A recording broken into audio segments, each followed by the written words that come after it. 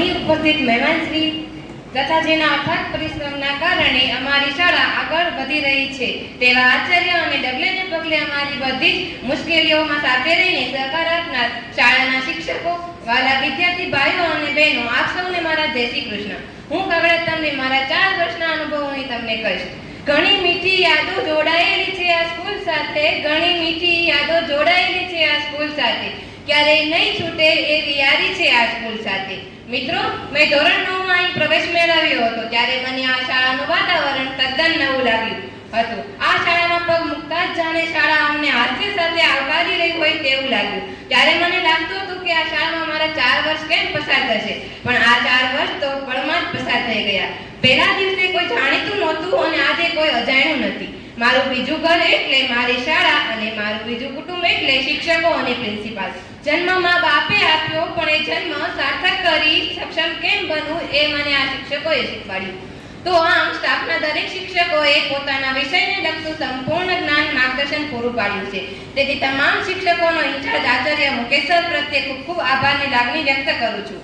ત્યારે એ શિક્ષકોને કેમ કરી બોલવું જેને અમને દરેક ક્ષેત્રમાં સંપૂર્ણ પ્રોત્સાહન પૂરું પાડ્યું છે. ધોરણ 10 માં હું ગણિત અને ઇંગ્લિશને લઈને ખૂબ જ વધારે મૂંઝવણ અનુભવતી. ત્યારે ગણિતના શિક્ષક અલ્કેશ સર અને ઇંગ્લિશના શિક્ષક અલ્પેશ સરના માર્ગદર્શનથી જ હું મારું બેસ્ટ આપી શકી છું. તેમજ ધોરણ 11 ના અમારા વર્ગ શિક્ષક જયદીપ સરે શ્રેષ્ઠ ભૂમિકા ભજવી છે. રમતા રમતા ભણવું અને ભણતા ભણતા રમવું જેવી પ્રવૃત્તિઓ કરાવતા ઉપરાંત વિદ્યાર્થીઓમાં રહેલા શ્રેષ્ઠ કલા કૌશલ્યોને બહાર લાવવા સંપૂર્ણ પ્રયાસ કરતા હતા અને ગુજરાતી વિષયના રૂઢિપ્રયોગો અને કહેવતો ખૂબ જ સારી રીતે યાદ રહે તેમ શીખવાડતા. તેમજ રાજુભાઈ અને જયદીપ સરની સરપ્રાઈઝ ટેસ્ટ પણ ગંભીરતાપૂર્વક આપતા હતા. આમ હસતા ખેલતા અને પ્રવૃત્તિ કરતા અમે ધોરણ 12 માં પ્રવેશ કર્યો, જેમાં અમારા વર્ગ શિક્ષક તરીકે પૂર્વીબેનની ભૂમિકા ભજવી.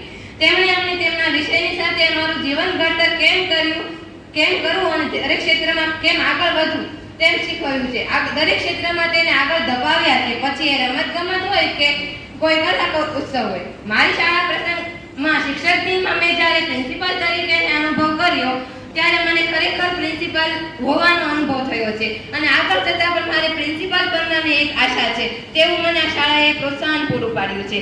અને પ્રજાસત્તાક દિન હોય, સ્વાતંત્ર્ય દિન હોય ત્યારે આગળથી તમે ખૂબ જ તૈયારીઓ કરી છે.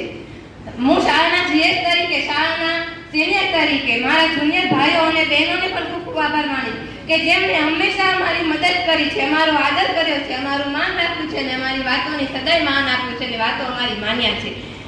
જે વૃક્ષો અને દિવાલો શાળામાં પગ મૂકતા જ અમને આવકારતા હતા તે પણ આજે અમને ટાટા બાય બાય કરી રહ્યા છે. આજ વસંતમાં પાનખર દેખાય છે, આજ વસંતમાં પાનખર દેખાય છે, કાયમ હસતા ચહેરા પણ ગંભીર નિશાન દેખાય છે. આજ શાળામાં રડવાનો અવાજ સંભળાય છે, આજ લીલાછમ વૃક્ષોની પાંદડી ફરતી દેખાય છે, કાયમ હસતા ચહેરા પણ ગંભીર નિશાન દેખાય છે. આજ હરેક બાળકના ચહેરા ગંભીર નિશાન દેખાય છે, રોકાઈ જાવ એવું અમને સંભળાય છે. આજ વસંતમાં પણ પાનખર દેખાય છે, આજ વસંતમાં પણ પાનખર દેખાય છે. તો આજે અમારી શાળાનો છેલ્લો દિવસ એવું બોલતા જ પગમાં ધ્રુજારી છૂટી જાય છે. તો હું અંતમાં બસ એટલું જ કહું, જીવન કી રાહ પર આગે बढ़ते जाएंगे, जीवन की राह पर आगे बढ़ते जाएंगे, चाहे कहीं भी हो हम सारे पर हम आपको ना भूल पाएंगे. याद आएंगे वो सारे पल, याद आएंगे वो सारे पल आपके साथ बिताए हैं, कभी पढ़ाई के लिए तो कभी मस्ती के लिए डांट खाई है. आपका आशीर्वाद लेकर हम यहाँ से जाएंगे, आपका आशीर्वाद लेकर हम यहाँ से जाएंगे, चाहे कहीं भी हो हम पर आपको ना भूल पाएंगे, पर आपको ना भूल पाएंगे. अस्तु. जय हिंद, जय भारत.